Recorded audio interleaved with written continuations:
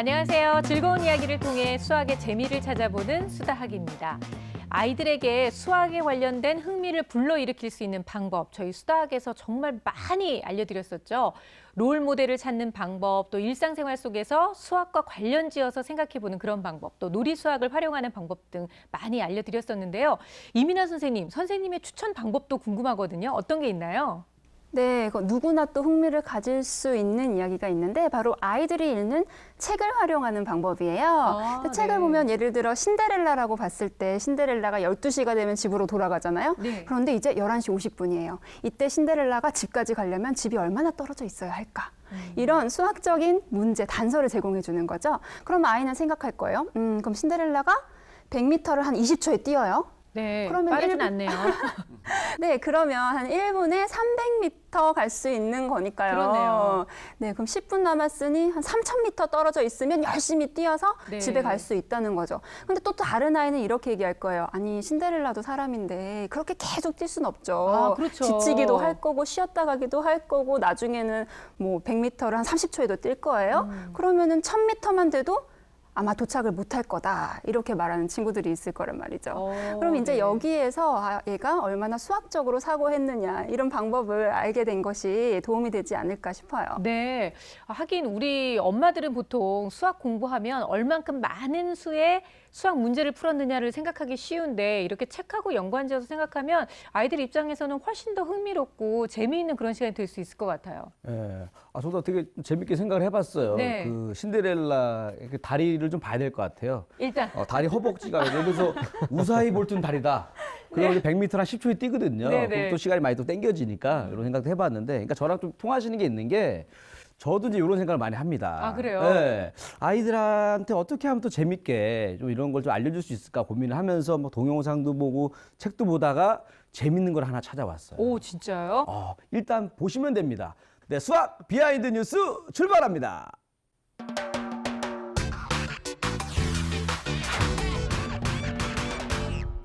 날마다 새로운 재미를 주는 수학 비하인드 뉴스 시간입니다. 우리가 잘 아는 토끼와 거북이 이야기. 토끼가 거북이를 얕잡아보고 방심하다 결국 달리기 경주에서 지고 말죠. 그 사이 거북이는 아주 열심히 목표를 향해 쉬지 않고 가다가 결국 우승을 하게 됩니다. 자신의 능력에 자만하지 않고 열심히 노력해야 하고 어려운 일이라도 끝까지 도전하다 보면 성공할 수 있다는 교훈을 주는 명작동화입니다. 와. 그런데 말입니다. 문득 궁금증이 생기는 건 저뿐만이 아닐 겁니다. 만약 토끼가 잠에서 깨서 거북이를 뒤쫓는다고 생각해 봤을 때 토끼는 거북이를 추월할 수 있을까요? 아니면 그대로 거북이의 승리일까요? 이젠 이 사실을 밝혀내기 위해 수학이 나설 차례입니다. 자, 네, 제가 조금 흉내를 내봤는데, 자, 그래서 제가 여러분들을 위해 저의 눈높이로 설명해 드리겠습니다. 제 눈높이가 여러분들의 눈높이예요. 토끼와 거북이의 속력이 몇 초당 각각 1m와 0.1m고 토끼가 거북이보다 100m 뒤쳐졌을 때 다시 달리기를 시작했다면 뒤처진 토끼가 앞서가고 있는 거북이의 위치까지 올 시간을 생각해 보면 되는 거죠. 이때 빠른 토끼가 느린 거북이를 따라잡는 시간은 점점 줄어들게 된다고 합니다.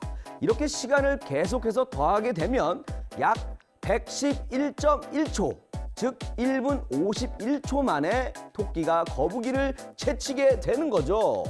거북이 입장에서는 참 허탈할 것 같습니다. 속이 거북할 것 같아요. 자, 만약에 토끼에게 어떤 일이 일어나지 않는 이상 실제로 토끼가 거북이에게 질 일은 없다는 수학적인 결론! 거북이를 보며 희망을 가졌는데 왜 제가 슬프죠? 그래도 거북이의 노력은 우리가 다 알고 있으니까 괜찮습니다. 아무도 의문을 갖지 않았던 동화 속 이야기를 수학적 논리로 풀어본 시간. 자, 여러분들도 동화 속 이야기 새로운 시각으로 재구성해 보는 건 어떨까요? 지금까지 수학 비하인드 뉴스 김일이었습니다.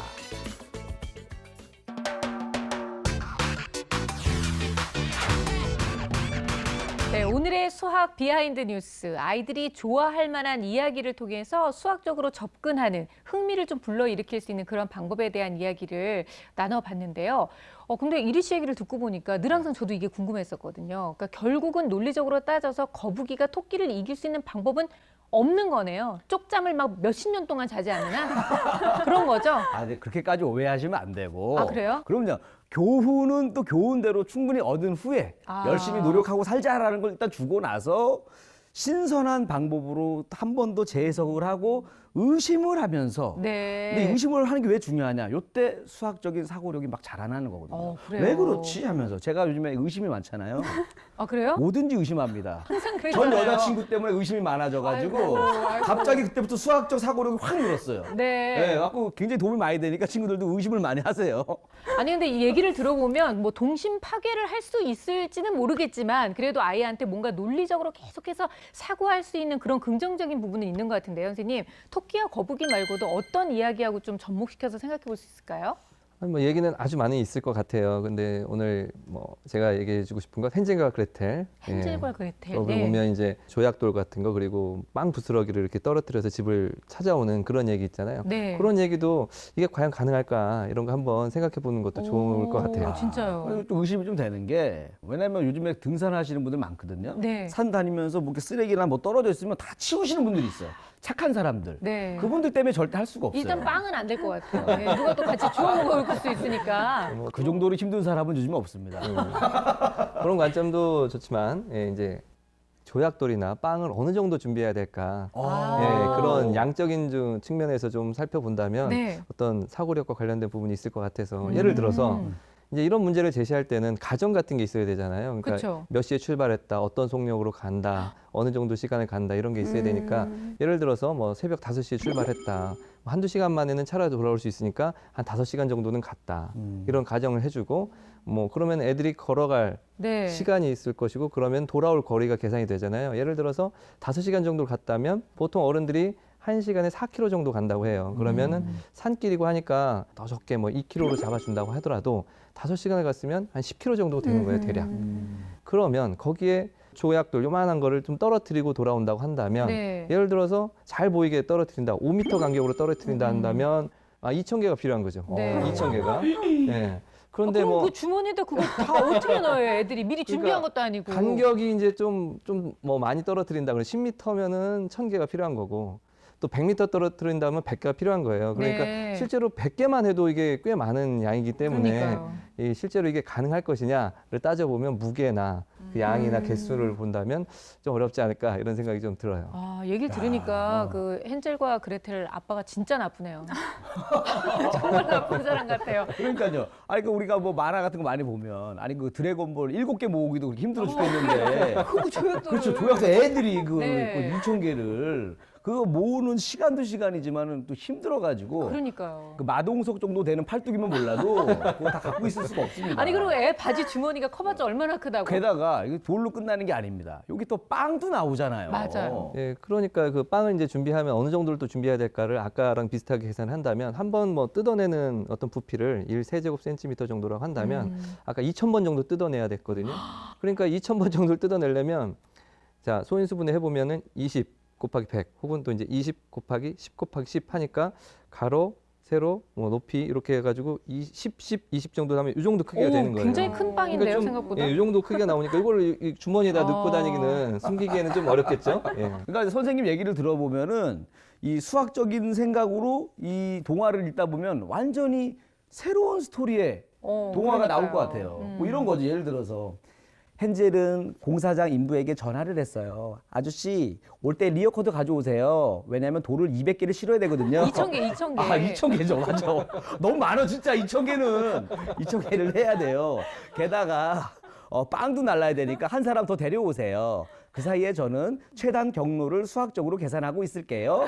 이렇게 수학 내용이 완전 바뀌는 거잖아요. 아니 그렇게 하면 교훈도 없고 감동도 없고 머리만 뭐 아프죠. 그러니까요. 뭐 이야기라고 따지면 교훈을 주기 위해서 또 상상력을 자극하기 위해서 이렇게 실현 불가능한 이야기를 만들 수는 있겠지만 아마 오늘 이 방송을 보면 아이들이 맞아 그때 읽었던 이 책을 이렇게 수학적으로 한번 생각해 볼 수도 있겠네라고 할 것 같거든요. 또 어떤 이야기가 있을까요, 선생님?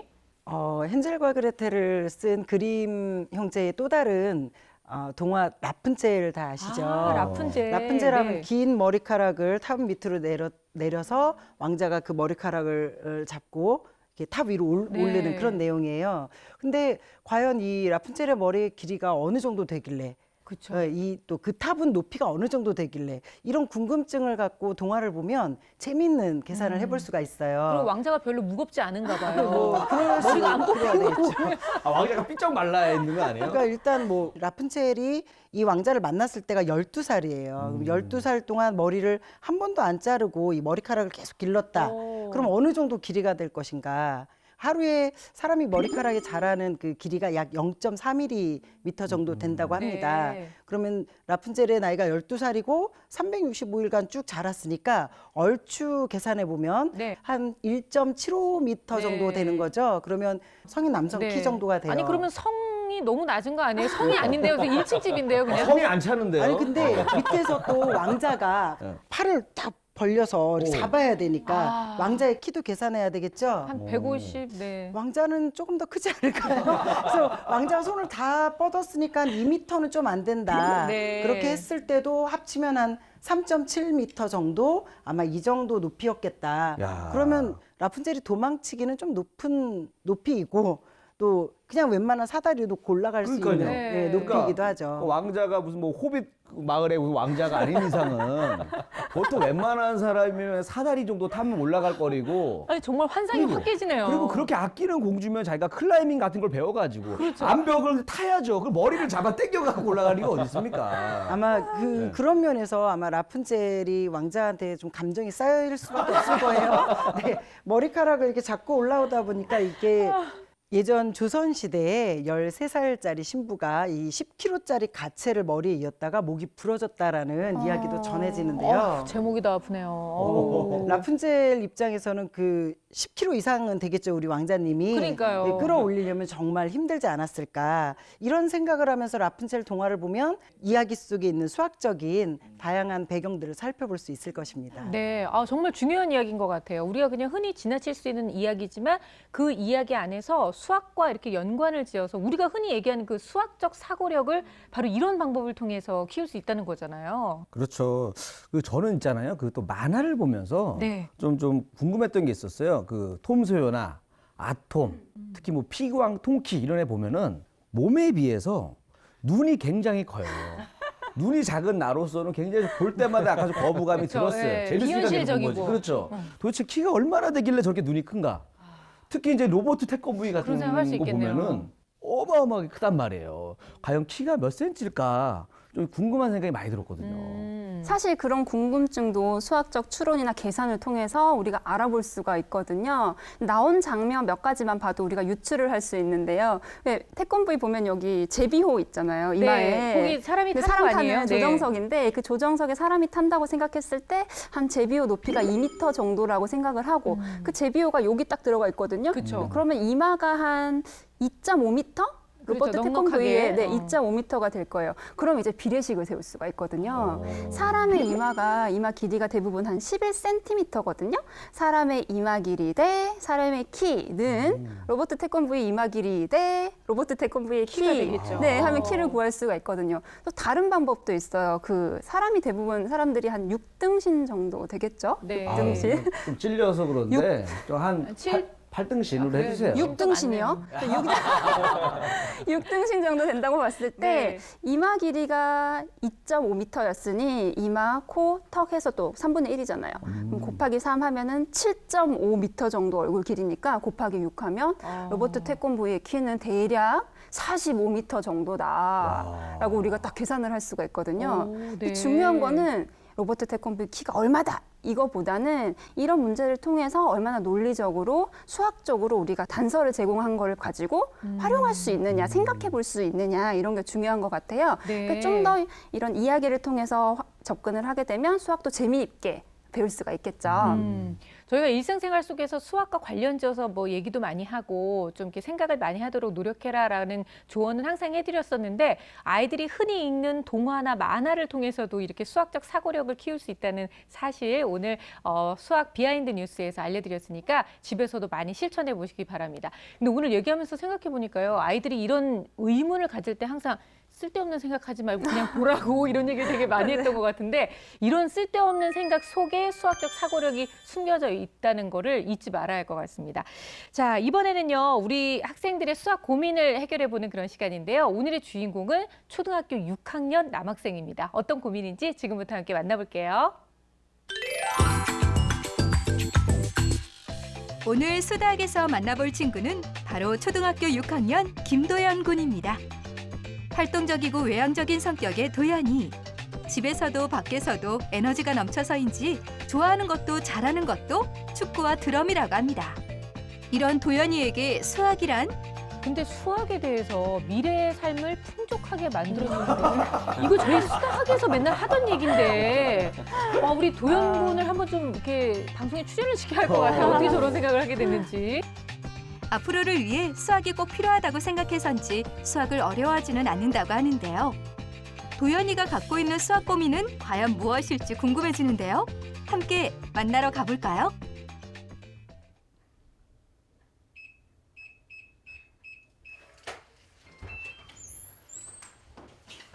다녀왔습니다. 갔다 왔어? 네. 엄마 저 오늘 드럼에서 완전 노래 쳤고 완전 선생님 잘했대요. 너무 신나 보여요. 옷도 안 벗고 그냥 막 자기 하고 싶은 얘기도 막 하는 거예요. 어디 나오셨어요 레슨은 누구한테 받았어? 그 선생님이요. 그 드럼 선생님. 활발하네요. 그러게요. 레슨하면서? 되게 잘했대요. 오자마자 엄마에게 실수 없이 이야기하는 도연이. 성격이 활동적이라고 하더니 정말 에너지가 넘쳐 보이네요. 진짜 가만히 있질 않는군요. 에너지가 넘쳐요. 넘치는 힘을 주체 못하는 건지 TV를 보면서도 쉴 새 없이 왔다 갔다 상당히 산만한 모습인데요. 게다가 이번엔 팔굽혀펴기까지 시작. 어머머. 되게 TV 잘했대요. 보면서 팔굽혀펴기를. 에너지가 넘쳐서 주체를 못하는 것 같아요. 그러니까 아니 또 그렇게 산만하게 놀려면 체력이 좋아야 돼요. 옛날에 저도 저랬어요. 엄마한테 가서도 뭐가 그렇게 신났는지 쉴 새 없이 이야기하는데요. 엄마가 준비해준 간식을 먹는 도연이. 엄마 사과 너무 잘해요. 네. 이 와중에도 입은 쉬지 않네요. 이 정도면 고민이 어떤 건지 알 것 같은데요. 엄마 이제 연습해야 돼요? 그래 아니 연습해 그러면. 나이스. 펜을 두들기며 지금 뭘 하고 있는 걸까요? 어머머. 드럼 연습을. 와. 에너지를 또 이렇게 발산을 시키네요. 근데 뭘 보는 것 같은데요?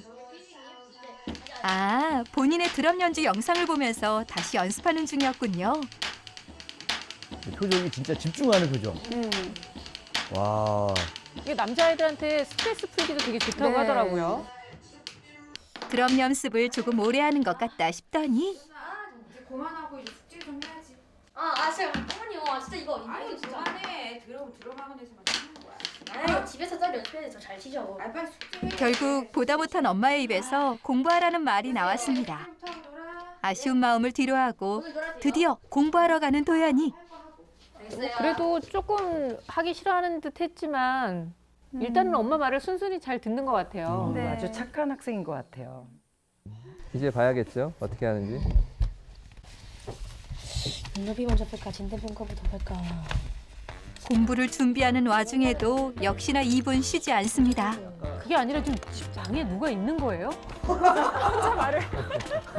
아니 보통 제가 집에 혼자 있으면 저렇게 하거든요. 그래도 공부할 땐 집중을 좀 하는 것 같죠? 그래도 다행히 공부하는 걸 싫어하는 것 같아 보이진 않는데요. 게다가 생각보다 집중을 잘하는 모습입니다.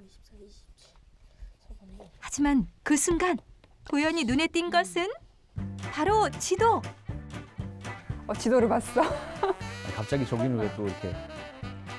결국 도연이의 관심은 지도로 옮겨지고 맙니다. 왜요? 아니 왜? 지도를 왜? 어딜 가고 싶은 거야 갑자기? 정말 호기심이 왕성한 학생인 것 같아요. 도연이가 지도를 보는 동안 텅 빈 책상만 처량해 보이는데요. 도연아, 대체 공부는 언제 하는 거니? 지도를 한참 보고 나서야 책상에 다시 앉는 도연이. 어머니, 도연이가 너무 산만한 거 아닌가요? 문제를 풀 때도 왔다 갔다 하고 중간중간에 이제 좀 약간 산만한 편인 것 같아요. 제가 보기에는 나왔다가 물도 마셨다가 동생 있으면 동생이랑 장난도 쳤다가 엄마한테 핑계를 많이 대려고 해요. 다시 들어가서 문제집 풀기까지 너무 일련의 과정들이 많은 거죠. 좀 산만한 편인 것 같아요. 이런 도연이에게는 또 하나의 특징이 있다고 합니다. 100분의 172. 두세의 곱이 가장 큰 곱셈식은 어느 것입니까? 57, 40. 바로 입으로 문제와 풀이를 읽으면서 공부하기. 25이니까 256.5. 근데 지금 문제 풀면서 아, 계속 말을- 입으로 풀이 과정을 막 얘기하면서 하잖아요, 선생님. 저거는 나름- 괜찮나요? 나름 자기 자신한테 이제 집중을 네. 시키기 위해서 뇌에 계속 이야기를 해주는 거죠. 네. 또 학교에서 시험을 치는 경우에는 말을 하는 것보다는 좀 이렇게 입만 움직인다거나 밑줄 긋거나 그런 식으로 그쵸. 풀어야겠죠? 그게 나중에 습관이 되면 오히려 네. 해가 될 것 아, 같은데. 저런 친구가 저번에 한번 제 옆에 짝꿍이었는데 내 걸 못 풀겠어요. 걔 자꾸 들리니까 난 다른 문제 풀고 있는데 그렇죠. 힘들더라고요. 네, 그런데 딴짓 하다가도 저렇게 공부에 집중하는 거 보면 그런 점은 좀 더 칭찬해 줄 필요가 있을 것 같아요. 그래도 이렇게 문제를 읽으면서 풀면 문제가 있을 것 같은데. 도연아, 매일 이렇게 공부하는 거니? 오늘은 카메라가 있으니까 좀 더 크게 한 거고요. 그냥 평소에는 그냥 좀 작게 그냥 옹알이 하듯이 그냥 이러면서 읽긴 해요. 계속 소리내어 읽긴 해요. 자주. 카메라를 의식해서 크게 읽었다지만 평소에도 입으로 소리를 내며 공부를 한다는 도연이. 3분의 그래도 공부하는 것을 싫어하는 것처럼 보이진 않는데요. 3분 9, 10. 1과 9분의 1. 문제인데 문제다. 문제인데 문제. 5,000원이 더. 밝게 공부하는 모습이 오히려 보기 좋은 것 같기도 하네요. 토마토의 가격은 얼마입니까? 그런데 이렇게 산만한 도연이의 성적에는 놀랄 만한 반전이 있었습니다. 지금 성적표가 나오는데 으뜸마루 매우 잘한 것 같거든요. 반전인데요. 우리 그 산만한 친구들 사이에서는 저런 친구가 별로 없거든요. 그러게요. 성적 좋은 거예요. 네. 지금 수학 공부는 아주 최상위권으로 지금 네. 하고 있는 상황이고요. 영재원도 저렇게 다녔고. 성적도 최상위권. 게다가 영재원을 다녔을 정도로 뛰어난 실력을 갖고 있다는 도연이. 그래서일까요? 수학을 대하는 태도에 남다른 이유가 있다고 합니다. 수학을 잘해서 좋은 고등학교에 갔고 그다음에 또 그걸 때문에 또 좋은 대학교에 가서 사회생활 나가서도 그 수학을 활용해서 잘할 수 있고 수학을 잘하면 과학도 잘하니까 그런 걸로 잘 이용할 수 있고 만약에 꿈이 배우니까 배우가 돼서도 그 만약에 공부 잘하는 배우다 이런 소리를 듣기 위해서 뭔가 더 공부 잘하는 배우가 뭔가 더 대접을 많이 받을 것 같아서 제가 수학을 잘하려고 노력하고 있어요. 아니 무슨 뭐 시상 소감인가 봐. 그러니까요. 막 무슨 소감 얘기하듯이. 아니 저런 거를 아이가 그냥 생각했을까요, 선생님? 정말 동기는 확실한 것 같아요. 확실한 동기죠. 본인이 이 세상 가장 멋진 사람들은 다 수학을 잘해. 네. 그러니까 나도 수학을 잘하면 멋진 사람이야. 이런 동기를 갖고 있는 거니까 나름 본인한테는 좋은 동기라고 볼 수 있습니다. 아, 자신감도 넘쳐 보여요. 그렇죠. 드디어 문제를 다 푼 도연이. 엄마 다 했어요. 지금 연필을 다 쓰기도 전에 벌떡 일어나가지고 글씨는 다 썼을까 모르겠어요. 예전에 그 생각, 무릎이 닿기도 전에 뭔가 뭐 점을 맞은다고 하는 것처럼 뭐 다 끝내기도 전에 다 끝났어야 하잖아요. 일단 엄마 많이 틀릴 채점해주고 수도 있어요. 틀리면 다시 풀어야 된다. 내지 마세요. 틀려도 한 대. 실수로 틀린 건 혼날 수도 있는 거지. 네, 혼내만 주세요. 잠깐 기다려봐. 이거 별표시가 이게 틀린 거야? 네, 이거 모르겠어요. 이거는 그럼 아예 표시를 해놓고. 밝은 분위기의 채점 시간. 게다가 틀린 것보다 맞은 것이 더 많아 보이죠? 야, 잘하네. 아깝다. 뭐가 아까워 맨날. 진짜. 진짜 하나만 이거는 왜 틀린 거야? 너 바르지 못한 거 이제 또 그런 거 고른 거 아니야? 바르지 못한 거 골랐는데. 정확하게 모르는 헷갈렸어요. 헷갈린 건 엄마가 모르는 거고 틀린 거라 했잖아. 이거 틀린 거 다시 풀어갖고 줄게. 다시 풀어. 네. 풀고 엄마 다시. 다시 풀어오게 하는 거 좋은 것 같아요. 좀 더 생각할 시간을 줄 수가 있거든요. 오늘 채점에서는 두 문제가 틀렸습니다. 하지만 엄마는 도연이를 나무랐는데요. 이렇게 혼내는 데는 이유가 있다고 합니다. 90점이건 100점이건 너가 실수로 틀린 거에 대해서 뭐라고 하는 거지. 90점 중에서도 너가 만약에 모르는 거였으면 엄마는 혼내지 않을 거야. 근데 너가 실수를 했기 때문에 점수가 중요한 게 아니라 엄마는 이제 실수했기 때문에 혼내는 거야라고 칭찬 안 해주는 거야. 이제 그렇게 말하는 편이죠. 성격 때문에 자꾸 실수하니까 그게 너무 안타까우신가 봐요. 그러니까 산만해서 이런 결과가 나온다라고 생각을 하고 계시는 것 같죠? 엄마는 도연이의 산만함 때문에 충분히 맞힐 수 있는 문제들도 실수로 틀린다고 생각하는데요. 틀린 문제를 다시 풀어보면서 고민에 빠진 도연이. 왜 틀렸을까? 144분의 81. 도연이도 본인의 산만함에 대해서 잘 알고 있다고 합니다. 12? 일단 학원이랑 합숙지 하는 거는 저는 다 만족을 해요. 근데 저는 지금 이것도 제가 집중도 안 하고 산만한 게 문제라서 그 본인이 산만한 게 것만 잘 문제래요? 고치고 한 문제 정성스레 계속 다 하면 100점 맞고 무조건 90점 이상일 것 같아요. 그래서 산만한 거랑 또 집중 못하는 거, 계속 동생이랑 얘기하는 거 그런 것만 고쳐줬으면 저는 수학을 훨씬 더 지금보다 한 50%는 더 잘할 수 있을 거라고 생각해요. 엄마도 도연이도 산만한 것이 문제라고 생각하고 또 알고는 있지만 고치기는 쉽지 않다고 합니다. 학원부터 학습지, 태블릿 학습까지 많은 양의 공부를 하고 있지만 산만함 때문에 실력이 가려지기까지 하니 도연이도 엄마도 고민이 많다고 합니다. 이런 도연이와 엄마의 수학 고민을 해결할 수 있는 특급 솔루션. 수다학 선생님들 알려주세요. 네, 보통 엄마나 뭐 아빠 입에서 우리 애가 굉장히 산만해요. 뭐 이런 얘기를 들어본 적은 있지만 아이가 스스로 제가 좀 산만한 성격이어서 이것만 고치면 수학을 정말 잘할 수 있거든요. 이렇게 얘기하는 거는 저는 정말 처음 들어본 것 같아요. 선생님은 어떻게 보셨어요? 좀 정도가 지나친 산만함을 보이는 것 같으세요? 뭐 제가 산만하다 아니다라고 말하기 전에 고학년 교실에 한두 명 정도 저런 활동성 있는 아이가 있어요. 예. 한두 명 정도. 딱 전에요. 저 학교 다닐 때 모습 보는 것 저랬어요? 같아요. 예. 공부만 못했어요, 저 상태에서.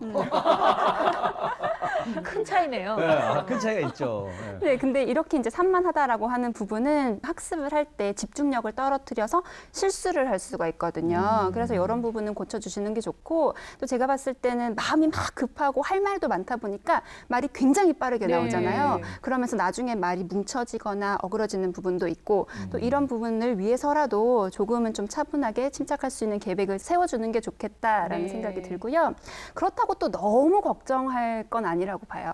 그러니까 아이가 뭐 산만하다고는 하지만 호기심이 많거나 아니면 흥미가 많다 이렇게 볼 수도 있는 부분이거든요. 그래서 문제를 풀 때를 보면 또 탁 집중하는 모습도 보이고 그러게요. 또 결과론적으로 봤을 때도 지금 영재원 합격을 한다는 게 쉬운 일은 아니고 또 통지표도 굉장히 좋은 성적을 내고 있고 그래서 큰 문제는 아니라고 생각해요. 하지만 제가 말하고 싶은 딱 두 가지가 있는데 하나는 집중 시간을 조금씩 좀 늘려줬으면 좋겠다라는 것과 두 번째는 그 동기부여. 수학을 하는 이유가 좋은 고등학교 가기 위해서, 좋은 대학교 가기 위해서보다는 좀 더 의미 있고 풍요로운 삶을 하기 위해서 수학이 필요하다라는 동기가 부여됐으면 좋겠어요. 네. 제가 또 이 또 산만한 사람들의 모임, 산만회 초대 회장으로서 딱 알아요, 느낌을. 네. 우리는 아까 그래도 상위 1%, 산만의 상위 1%가 약간 그 산만함 지수가 한 90 이상이 나오거든요. 그래요. 제가 한 거의 100 됩니다. 근데 도연이는 200이에요. 200. 우리보다도 더블입니다. 왜냐하면 우리는 노는 거에 산만해요. 네. 이 게임하다 저 게임하고 저거 만지다 요거 만지고 하는데 공부까지 하기 때문에 저희가 높은 점수를 줬어요. 네, 200. 네, 굉장히 산만하다. 아니 저도 진짜 산만하다고 본 이유가 텔레비전 보다가 갑자기 푸시업을 한다는 것 자체가 아니 뭐 때문에 저렇게 하지라는 생각이 들 정도거든요. 그래서 저도 이게 뭔가 문제가 좀 크겠구나라고 생각했는데 의외의 반전이 등장을 했잖아요, 선생님. 수학 성적만큼은 사실 너무 잘 받고 있어서 뭐라고 얘기하기가 참 곤란한 것 같아요. 네, 성적표 보면 상위권이죠. 예, 그리고 기본적인 실력도 있어 보입니다. 네. 예.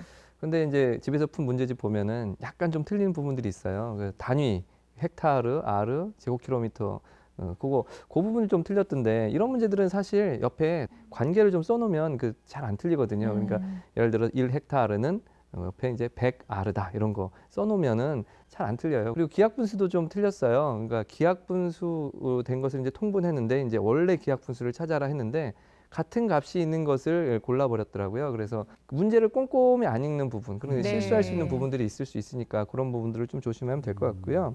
사실 도현이 보면 산만한 건 맞는 것 같아요. 예, 그런데 사실 또 반대로 생각하면 활발하고 긍정적이고 그렇죠. 에너지가 넘치고 그런 여러 가지 강점들이 보이기 때문에 그런 것들을 좀 잘 다듬어 준다면 훨씬 더 잘할 수 있을 것 같거든요. 그렇게 좀 지도를 하면 좋을 것 같습니다. 네. 그렇다면 그런 실수들이 정말 산만하기 때문에 생겨나는 그런 실수인지도 궁금하기도 하고요. 일단 진단 평가를 또 진행을 해봤잖아요, 선생님. 현재 실력이 어떤지 궁금합니다. 네.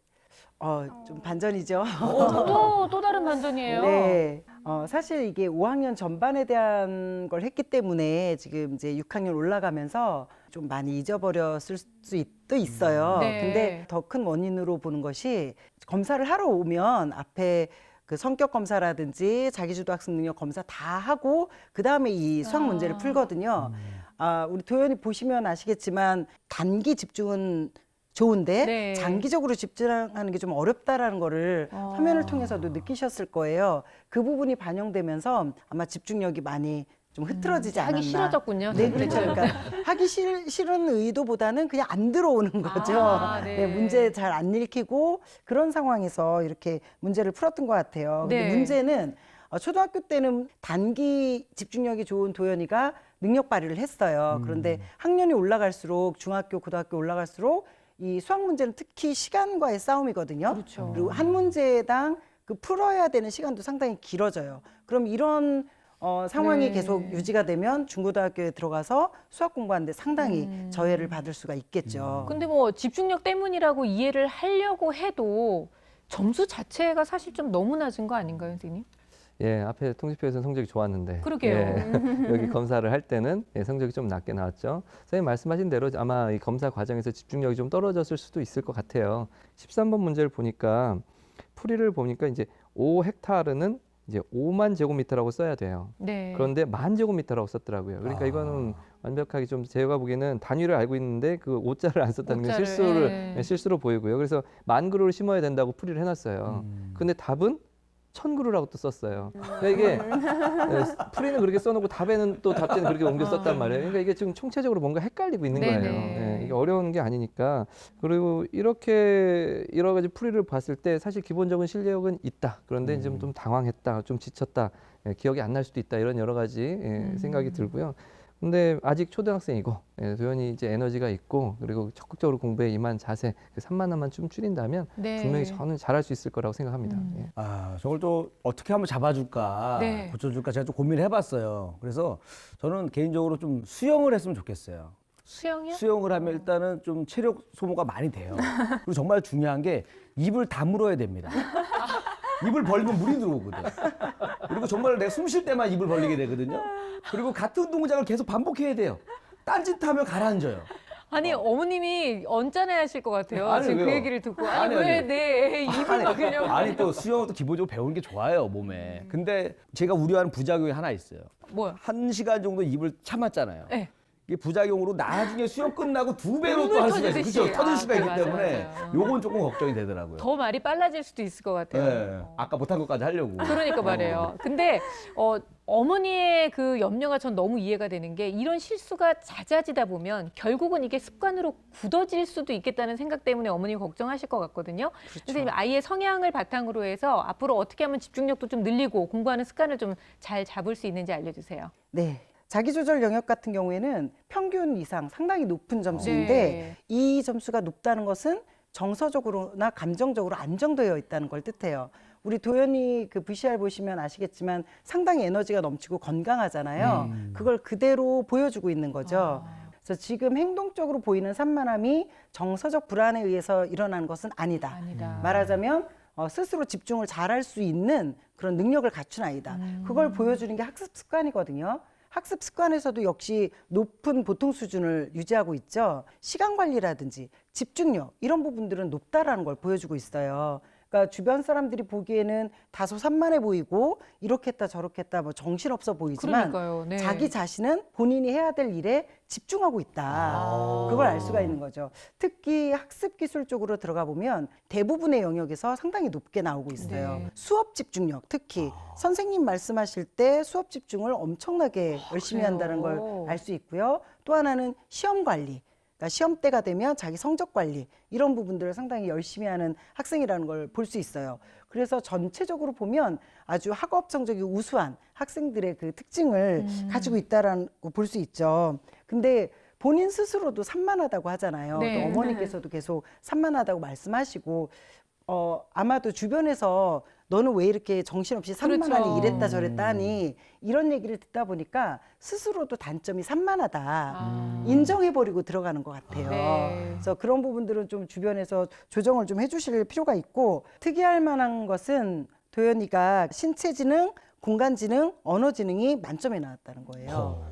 말하자면 재능이 너무너무 많다는 거예요. 재능이 많고 에너지가 넘치니까 호기심이 많겠죠. 그래서 다양한 분야에 관심이 많을 수밖에 없다. 그것이 산만함으로 비추어진다. 이렇게 결론을 낼 수 있습니다. 그러니까 우리가 섣불리 아이들을 판단할 수는 없는 것 같아요. 네네. 우리는 눈에 보이는 그 산만함이 이런 무한한 또 다른 가능성을 가지고 있는 거였다니까 괜히 미안한 생각이 들고 애가 얼마나 그 사이에 엄마한테 산만하다고 혼났을까 그런 생각이 좀 들어요. 우리 그 산만회에서 탈퇴시키려고요.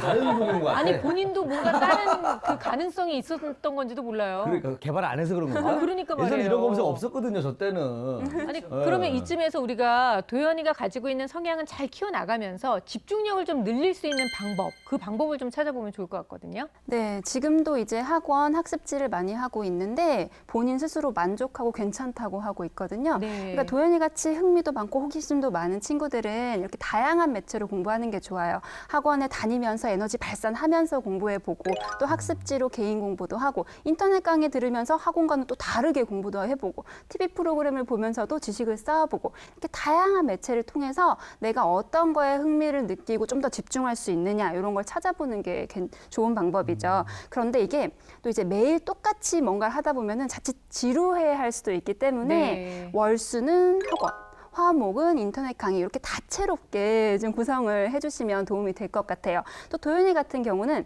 문제를 직접 만들어 보게 하는 이 서술형 문제를 만들어 보게 하는 것도 재밌어 할 것 같거든요. 문제를 또 이런 친구들이 굉장히 어렵게 내요. 한번 꼭 해보시라고 추천하고 싶거든요. 굉장히 어렵게 되면은 어머니께서 한번 풀어보시면서 네. 그럼 그걸 또 직접 채점을 하는 거죠. 그렇게 하면은 도연이가 재미도 느낄 수 있지 않나라는 생각이 들어요. 어머니가 수다하기 신청하시겠네. 그러니까 아니 수업이 너무 어렵다고. 어머니한테 너무 큰 짐을 지어드리는 것 같아요. 도연이 같은 경우는 남과 다른 학습법을 좀 할 필요가 있거든요. 그래서 창의력을 발휘하고 재미있게 할 수 있는 수학을 좀 접근을 해야 됩니다. 그래서 도연이가 영재원도 다녔었다고 합니다. 사실 그 부분을 포기한 게 너무 좀 안타까워요. 네. 그러니까 중학교 이후에는 다시 한번 영재원에 도전을 해봤으면 좋겠고 지금 현재로는 올림피아드 문제라든지 네. 좀 다소 어렵고 창의력을 요구하는 문제들을 좀 접해보면 좋은 그 학습 동기가 될 수 있을 것 같고요.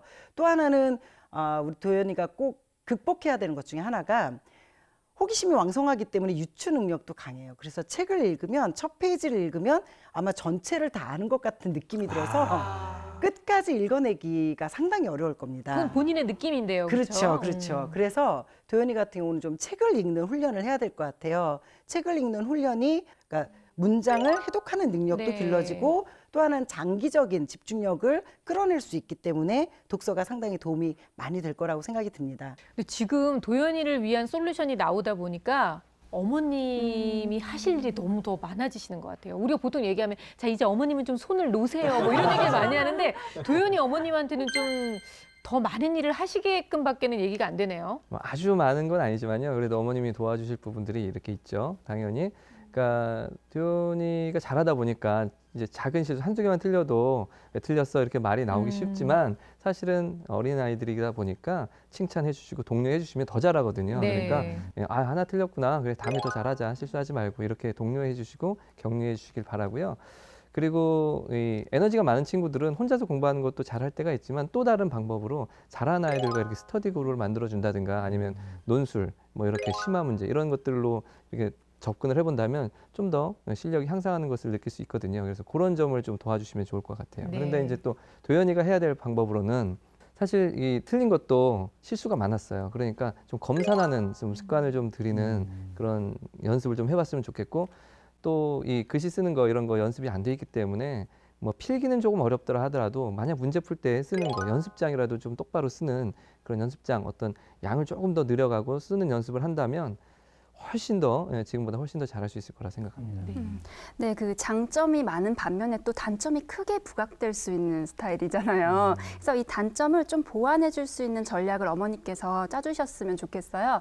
그 방법이 계획표를 좀 짜주시라. 근데 계획표가 우리가 알고 있는 뭐 몇 시부터 몇 시까지 이런 계획표가 아니라 좀 크게 밥 먹는 시간 일정하게 정해주는 거죠. 매일 이 시간에는 밥 먹는다. 혹은 공부하는 시간, 뭐 책 읽는 시간, 운동하는 시간 이렇게 크게 매일 그 시간에 뭔가를 할 수 있는 계획을 잡아주시고 이것이 연습이 되고 습관이 될 때까지 어머니께서 좀 지켜봐 주셨으면 좋겠어요.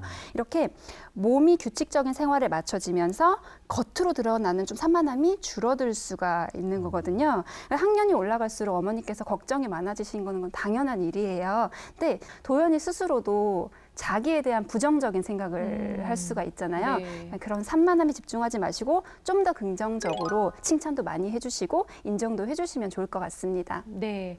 자, 오늘 나온 이야기를 토대로 해서 앞으로의 이 공부 습관을 좀 잘 잡아가고 이 산만함으로 비춰졌던 것들을 오히려 더 긍정적으로 바라보는 시선을 갖게 된다면 아마 좋은 효과를 볼 수 있지 않을까 싶습니다. 자, 오늘도 여러 가지 솔루션이 나왔는데요. 그중에서 절대로 놓쳐서는 안 될 결정적 한방 들어봅니다.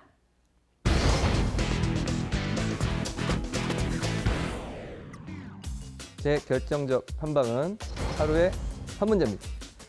무슨 말이냐면 여러 문제를 풀어야죠, 당연히. 그런데 한 문제 정도는 어렵게 끈기 있게 끝까지 풀어보는 연습을 해서 수학 실력을 키우기 바랍니다. 동전의 양면성. 장점과 단점 보는 대로 달라질 수가 있거든요. 단점을 장점으로 한번 살려보는 게 어떨까요? 끝장을 보자. 우리 도연이 같은 경우에는 시작은 정말 열정적으로 하는데 끝까지 밀고 나가는 힘이 부족할 수 있어요. 그 부분만 수정이 된다면 우리 도연이 그 누구보다 대단한 집중력을 발휘할 수 있을 것입니다.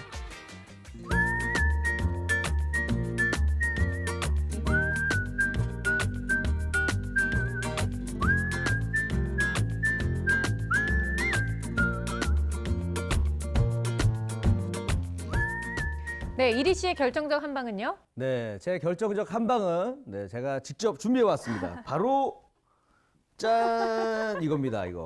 이거 뭐예요? 야, 이거 제가 직접 만들었어요. 경주마. 이거 근데 네. 말 경주할 때 이렇게 씌우는 그렇죠. 그런 거 같이 생겼어요. 딱 그걸 씌우는 이유가 앞만 보고 달려라. 그렇죠. 똑같습니다. 아. 도연이도 딱 이것만 쓰고 공부하면 되는 거예요. 제가 한번 시범을 보여줄게요. 네네. 자, 이거서 안경을 딱 벗고 안경 잘 안 벗는데 오래간만에 벗었습니다. 아유, 왜?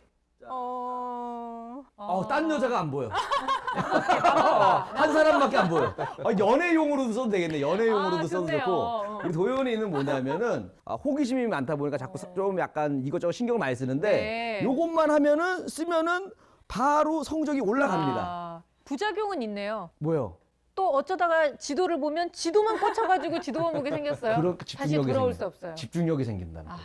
자, 한번 구매해 보시고 구매가 아니죠. 한번 만들어 보시고 왜냐하면 저는 필요 없어요. 왜냐면 저는 네. 눈이 작아서 옆에가 잘 안 보입니다. 그렇죠, 맞아요. 앞에 보기도 힘들기 때문에 저는 굳이 없어도 되는데 네. 도연이는 한번 도전해 봤으면 좋을 것 같아요. 아, 그래요. 아니, 너무 좋은 방법인 것 같아요. 우리 이리 씨도 녹화할 때 딴짓 안 하게 이걸 네. 좀 쓰고도 하도록 하세요.